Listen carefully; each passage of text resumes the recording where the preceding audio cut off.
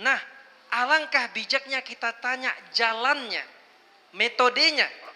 Nah, kami sekarang persilahkan kepada para wali santri untuk menanyakan mungkin kiat atau cara atau mungkin problem yang dihadapi. Mudah-mudahan ayah daripada adik kita Musa akan memberikan solusi kepada kita. Oke, yang punya anak dulu. Metode untuk menguatkan hafalan anak kita. Bagaimana? Ya, terima kasih. Pertama Ibu ya, bagus pertanyaannya. Kita harus paham ya, anak itu ada dua sifatnya.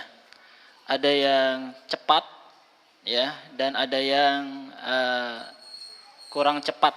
Tapi memang itu sifatnya. Ya, jadi maksud saya kita tidak adil ya, kurang adil menyamakan setiap anak kita itu harus sama. Ya. Nah, tapi kita punya kaidah paten bahwasanya adalah yang sedikit tapi istiqomah. Ya, sedikit tapi istiqomah. Dan demikian juga kalau kita baca-baca ya dan kita praktikkan juga adalah sedikit tapi kuat ya dan istiqomah. Istiqomahnya menambah, istiqomahnya memurojaah. Ya, memurojaah. Dan perlu kita tahu ya bahwasanya murojaah itu perkaranya lebih besar ya daripada menambah. Ya. Memurojaah, menjaga itu lebih besar daripada sekedar menambah. Jadi mana yang kita prioritaskan ya? Dari yang besar dulu atau yang kurang besar. Jadi kita lebih di murojaahnya. Ya, lebih di murojaah.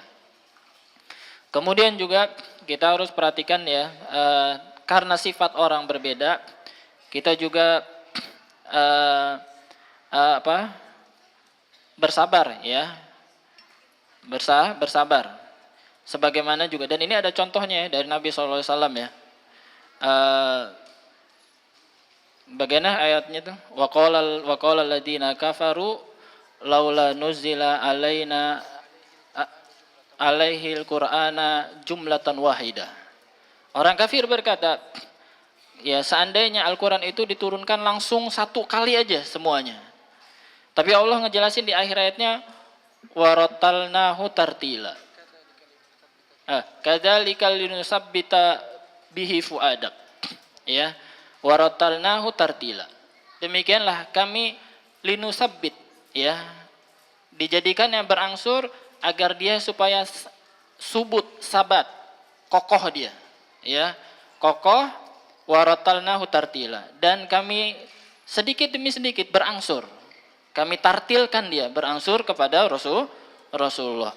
Tujuannya apa? Supaya dia sabat, subut ya, kokoh dia.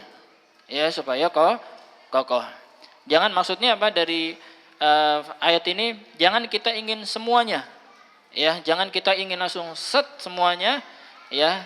Tapi yang ada malah berantakan. Ya, yang ada malah berantakan. Kemudian kita tadi ya di awal saya ingatkan memiliki sifat yang berbeda. Tapi yang pasti yang kita kejar adalah ibadah kepada Allah Subhanahu wa taala. Anak kita belum hafal, tapi kita yakin bahwasanya itu udah dihitung oleh Allah Subhanahu wa taala. Kita berdoa kepada Allah bahwasanya apa? Itu diterima di sisi Allah. Kan dalam hadisnya seperti itu. Walladzi yaqra'ul Qur'an wa yatata'tahu fihi. Ya, dan mereka yang membaca Al-Qur'an dan dia wa huwa syakun alaihi. Ya, wa huwa alaihi syakun kata Rasulullah. Dan ketika membacanya berat, susah. Terbata-bata dia. Lahu ajran. Dia memperoleh 2 pahala.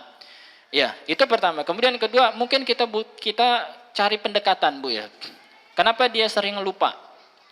Ya, kenapa dia sering lupa? Ya, kita misalnya yang sering juga ya, misalnya tercampurnya surat-surat ya atau ayat-ayat yang sama.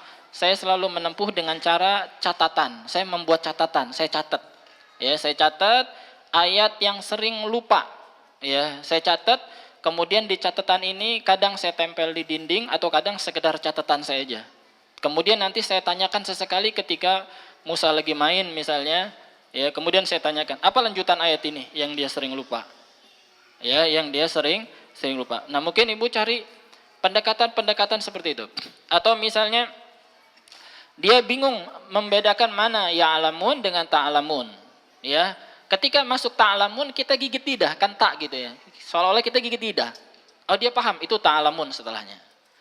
Terus seperti itu, ya, berulang-ulang, nggak apa-apa. Kalau saya, prinsip saya mencontek itu nggak apa-apa. Ya, tapi nanti saya udah atur waktu 5 kali setelah saya kasih contek, saya mulai lepas. 4 kali saya kasih contek, 3 kali terus saya turunin sampai saya lepas sama sekali, saya tidak lagi gigit bibir. Atau misalnya kita membedakan inna dengan anna. Kalau saya kan anna fathah berarti di atas. Saya selalu kasih isyarat dengan tangan anna. Kalau inna kasroh berarti di bawah. Saya selalu inna. Nah, jadi anak saya paham, inna kapan dibaca inna, kapan dibaca anna. Terus saya kasih contek seperti itu, sampai saya perlahan sedikit saya lepas, hingga akhirnya saya lepas sama sekali dan dia telah kokoh. Ya, dan dia telah kokoh. Atau mungkin Ibu cari pendekatan yang lain, dibantu dengan rekaman, MP3 dan seterusnya. Dan kesimpulannya saya sarankan supaya kita itu cerdik, Bu ya. Cerdik bagaimana apa yang cocok bagi anak kita. Gunakan pendekatan-pendekatan itu. Ya, entah dengan catatan, entah dengan pendengaran, entah dengan gerak bibir. Mana ketika huruf masuk ta, kita gigit ta, fa, kita gigit bibir, fa gitu. Misalnya fa ya'lamun, dia bingung ya'lamun atau fa ya'lamun. Gigit dulu bibirnya, fa. Nah, terus seperti itu. Ya, wallahu a'lam. Oke Ustaz, kira-kira Musa ketika awal dulu menghafal ini, pertama-tama mula menghafal, ini kan adik-adik kita ini pada awal menghafal ya. Kira-kira murojaahnya sehari berapa Ustaz ya? Musa ini. Ya. Jadi Musa ya, secara khusus Musa tadi dilihat kayaknya luar biasa cepat ya, jawabnya cepat. Yang perlu kita ketahui Musa pun sama. Saya ingat sekali itu waktu itu saya mentalkin ya, mentalaki ya kepada saya gitu. Saya bacakan surat An-Nas, Musa nggak bisa. Ya, dia bisa, kemudian merangkainya, mengkaitkan ayat 1 ayat kedua nggak bisa. Akhirnya saya benahi ayat pertama, dia masuk ayat kedua, saya suruh sambung dari 1 ke 2, satunya nggak bisa, bahkan rusak. Akhirnya saya benarkan ayat pertamanya, ayat pertama benar, ayat keduanya yang rusak. Ya, lupa lagi. Dan ini seperti ini kita sama semuanya, ya, atau biasanya umumnya seperti ini. Ya, untuk murojaah Musa ya, dulu awal-awal saya cuma sedikit aja ya. Saya ba'da subuh dan ba'da maghrib, ya, ba'da subuh dan ba'da maghrib. Saya nekanin waktu itu yang saya ingat hafalannya di ba'da subuh, kemudian dibarengi dengan latihan baca Iqra. Kemudian ba'da maghrib murojaahnya. Berapa itu kira-kira Ustaz? Sebentar aja. Kan berapa banyak, berapa halaman atau ada ketentuan atau yang penting ada murojaah atau gimana Ustaz? Yang pastinya tadi ya ba'da subuh dan ba'da maghrib. Kemudian adapun waktunya sesuai dengan banyaknya hafalan ya, sesuai dengan banyaknya hafalan. Tinggal kita tarik ulur aja, ya, tinggal kita tarik ulur. Tentunya kalau semakin banyak seperti sekarang, ba'da subuh itu sampai jam 9 atau setengah 10. Sekarang. Berapa juz itu Ustaz? Dapat 1 juz, kemudian 1 juz itu sampai jam misalnya jam 5 sholat subuh selesai misalnya ya. Betul. Berarti start itu kira-kira 6/4, ya, 5/4, ya, karena dari masjid kan jauh juga. 5/4 langsung tuh start, selesai itu kira-kira jam setengah 7 ya, atau jam 7 paling lambat kalau nyangkut gitu. Itu 1 juz. Selebihnya saya hadis, kemudian hafalan mutun atau murojaah mutun. Ya. Masya Allah ya, para jemaah sekalian, wali santri yang kami muliakan, jadi metode yang digunakan adalah yang pertama adalah continue. Nah, jadi kalau salah itu nggak apa-apa, tapi terus diulang. Kayaknya ada peribahasanya ya Bu ya. lancar kaji karena diulang. Insyaallah. Jadi beliau menyampaikan Musa dahulu juga seperti itu. Itu wajar. Itu wajar. Tapi terus karena nggak ada yang instan Ustaz ya. Iya. Nggak ada yang instan. Musa juga bisa mutkin ini butuh waktu Ustaz ya. Butuh waktu. Kemudian kami harapkan para wali dan kita semuanya bersabar gitu kan. Nggak ada yang instan. Walaupun sekarang zamannya Indomie instan, tapi tahfidz nggak mungkin tahfidz instan. Nggak mungkin tahfidz instan. Kemudian Ana ingin bertanya Ustaz, di awal dulu ketika Musa menghafal, ini kegiatan Musa dari bangun tidur sampai tidur lagi bagaimana Ustaz ya? Ini dari bangun tidur, sampai tidur lagi apa kira-kira kegiatannya secara umum Ustaz? Sekarang? Enggak, dahulu ketika awal-awal menghafal.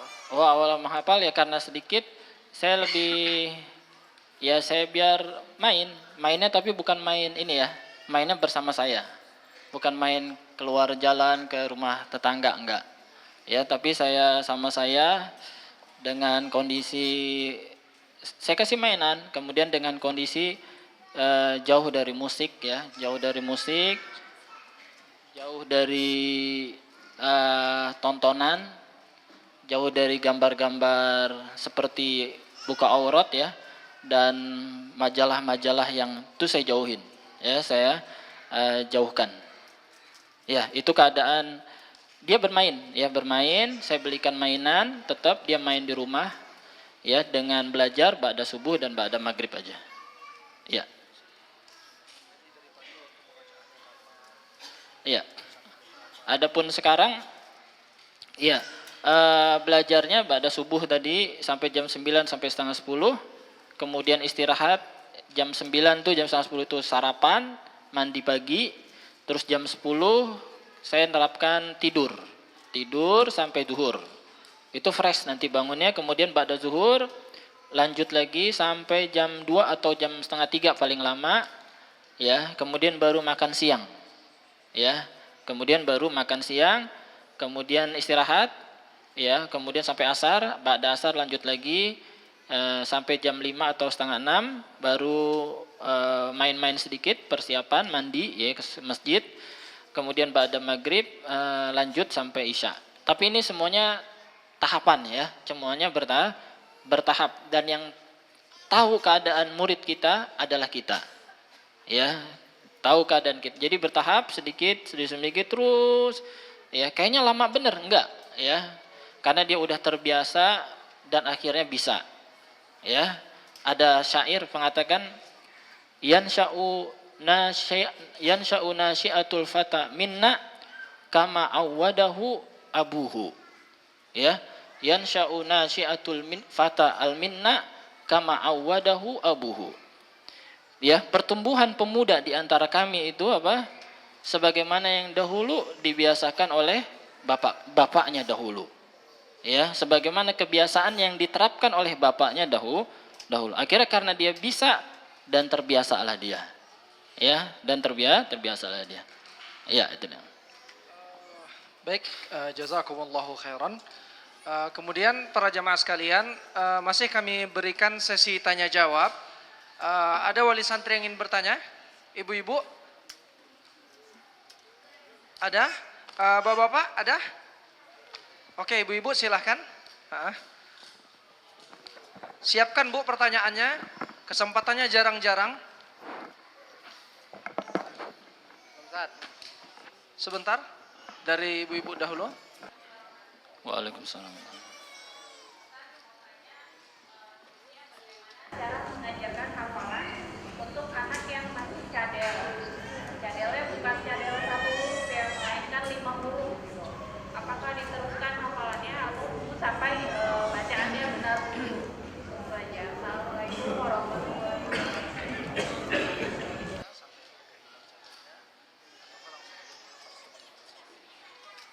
Ya. Kalau saya waktu itu cadel juga, tapi huruf ro aja.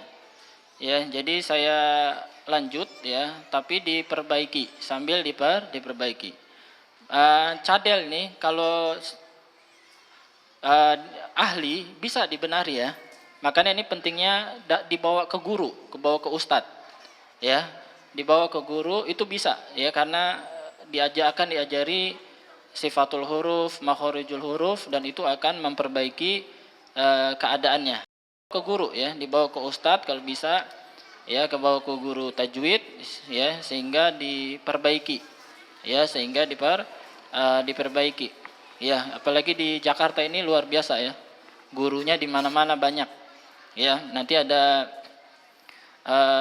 pentingnya dibawa guru ya, barang siapa yang masuk ke dalam ilmu sendirian, maka dia akan keluar sendirian, ya, apa maksudnya, ya, dia masuk ke dalam kitab sendirian, dia akan keluar sendirian, dia masuk tanpa guru, ya, dan dia akan keluar sendirian, artinya dia banyak ilmu tapi hilang, dia banyak ilmu tapi tidak kokoh, ya, tapi tidak kokoh. Barang siapa yang gurunya buku, maka akan lebih banyak salahnya daripada benarnya, ya, daripada benarnya. Intinya ini semua nasihat-nasihat dari para ulama akan dibawa kepada guru, diantaranya cadel, ya, diantaranya cadel. Ya, ya, dilanjutkan aja, ya, sekaligus diperbaiki. Meskipun cadel, tapi diperbaiki. Jadi nanti bukan mungkin ya. Ada yang memang cepat, ada yang lambat. Ya, saya khusus Musa ini umur 7 tahun baru bisa huruf ro, ya, R, ya, R. Dia baru bisa. Ya, tapi dilanjutkan. Coba Musa huruf R. Terbukti sekarang. Baik, kemudian ini di sini ada hadiah di sini, Quran dari kota Nabi Madinah. Kemudian juga ada plus peci. Ana ingin bertanya kepada para jamaah sebelum pertanyaan balik kepada Ayah Musa, Al-Ustaz Laude. Tadi beliau menyampaikan di awal muhadarahnya ada 3 kewajiban orang tua kepada anaknya. Sebagaimana yang disampaikan oleh Umar bin Khattab radhiyallahu anhu. Nah, ada yang bisa menyebutkannya? Silakan. Yang ibu-ibu, silakan Bu. Pertama, untuk anak kita apa pertama? mencarikan ibu yang solehah. Mencarikan ibu yang solehah. Nah, cari yang solehah ibunya Pak ya. Yang kedua, memberikan nama yang baik untuk anak kita. Betul, memberikan nama yang baik, betul Ustaz ya. Ya, betul. Yang ketiga, mengajarkan Al-Quran. Mengajarkan Al-Quran, subhanallah. Betul jawabannya, silahkan disampaikan. Nawal sampaikan ke ibu tadi. Ini Qurannya.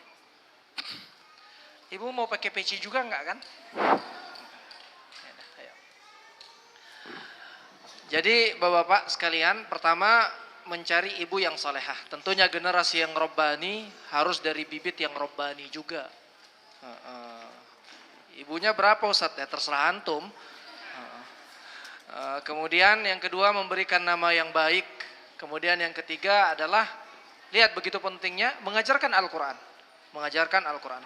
Baik, sekarang kami berikan sesi kembali yang ingin bertanya atau ingin mengetes hafalan.